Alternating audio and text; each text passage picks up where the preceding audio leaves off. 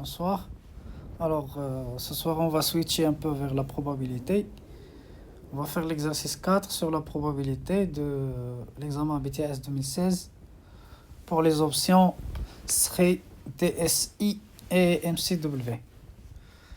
L'exercice 4, soit x, la variable aléatoire réelle qui prend pour valeur le nombre de défauts sur le verre d'une ampoule, on admet que x suit la loi de Poisson de paramètre lambda.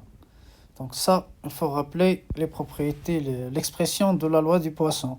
Donc on va dire 1, x suit la loi de Poisson de paramètre 5. Donc,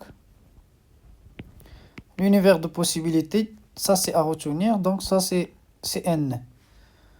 Donc pour une variable aléatoire qui suit la loi de Poisson, x oméga c'est n.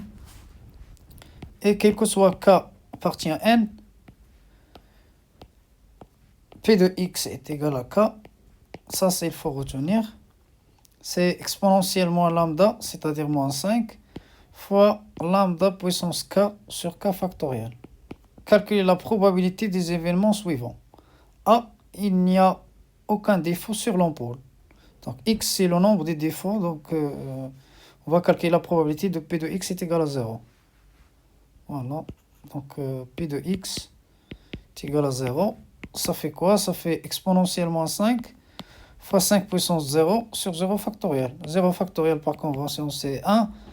5 puissance 0 ça fait 1, donc ça fait exponentiellement 5. Voilà, exponentiellement 5.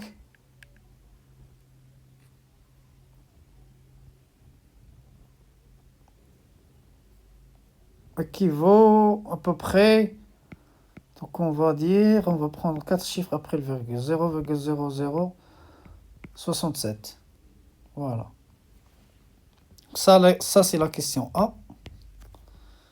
La question B, calculer la probabilité des événements. Il y a au moins 2 défauts sur l'ampoule. Il y a au moins 2 défauts sur l'ampoule. Donc la question B, donc le nombre des défauts, au moins 2, ça veut dire x supérieur ou égal à 2. Et ça, on va passer à l'événement contraire, ça fait 1 moins p de x. L'événement contraire de x supérieur ou égal à 2, c'est x inférieur strictement à 2. X inférieur strictement à 2 tout temps dans n, ça fait moins, ça fait p de x égale 1 plus ou p de x égale à 0. Donc si x inférieur strictement à 2, x est égal à 1 ou x est égal à 0. Donc ça fait p de x est égal à 1 plus p de x est égal à 0. Après on remplace, on verra combien ça donne. 1 moins, ça c'est exponentiellement à 5 fois 1 puissance, donc fois 5, puissance 1 sur 1 factoriel. Moins, encore parce qu'on a des parenthèses, exponentiellement à 5, qu'on a déjà calculé. Donc ça fait 1 moins 6 exponentielle, moins 5. Voilà. Si je calcule ça, ça fait à peu près, donc ça fait 0,9596, 9596. Donc ça c'est p de x supérieur ou égal à 2. Voilà. La question C.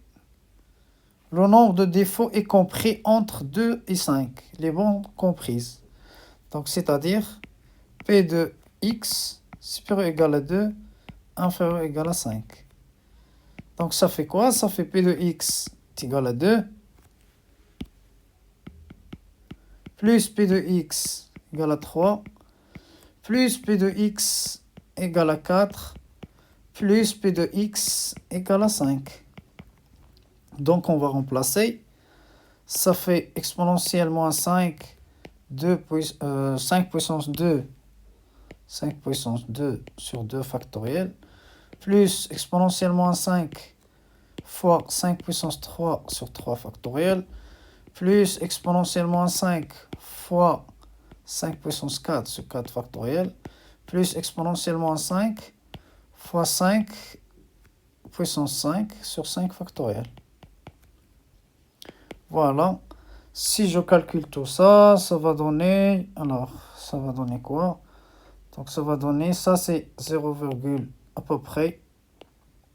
Donc, 0,0842 plus 0,1404 plus 0,1755 plus 0,1755 égale à peu près... Non, c'est presque...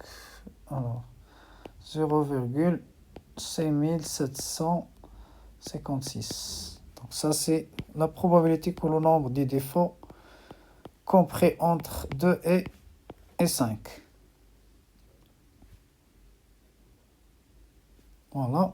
La question 2, calculer l'espérance et l'écart type de x. Donc, par définition, la question 2, espérance de x, ça fait la somme k de 0 jusqu'à plus l'infini de k p de x est égal à k.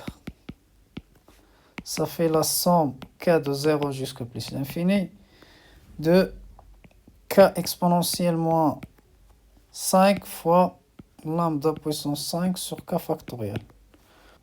Donc voilà, si on veut calculer ça, on peut calculer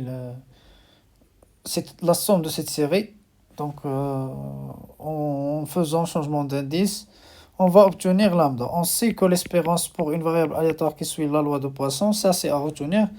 Donc l'espérance c'est lambda égale à exactement la variance. Donc c'est ça. Et donc, d'où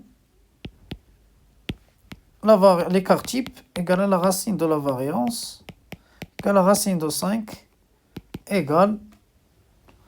Alors, racine de 5, c'est à peu près 2,236. Voilà, c'est terminé.